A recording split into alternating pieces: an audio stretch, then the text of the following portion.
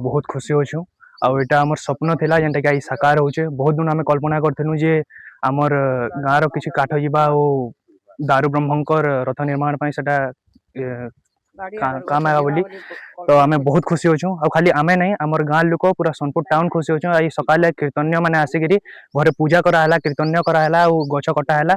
आ हम बाड़ी रो 3टा गछ आ हम खेतर 2टा गछ कटा हिची। आ एक गछर बाही माने सेटा कि चका हिसाब रे बड़ दांडरे सेटा कार्यालय काम आबो तो सेटा हम बहुत खुशी कथा।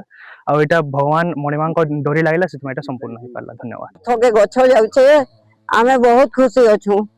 हमर गाँव लोके भी खुशी अछन, गाँव लोके भी सब खुशी कर कीर्तन धरी के आइथिले।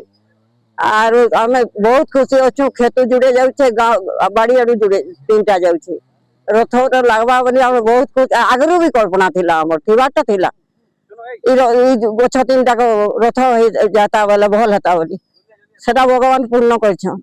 रथ निर्माण रो लगी काठ आमर सोनपुर डिस्ट्रिक्ट रो आम गाँव रु आमर खड़ा रु आमे 5टा गछ एटा देबुछु गछ तैयारी पाए जेनटा कि आमर सोनपुर जिल्ला रे एटा सर्वप्रथम।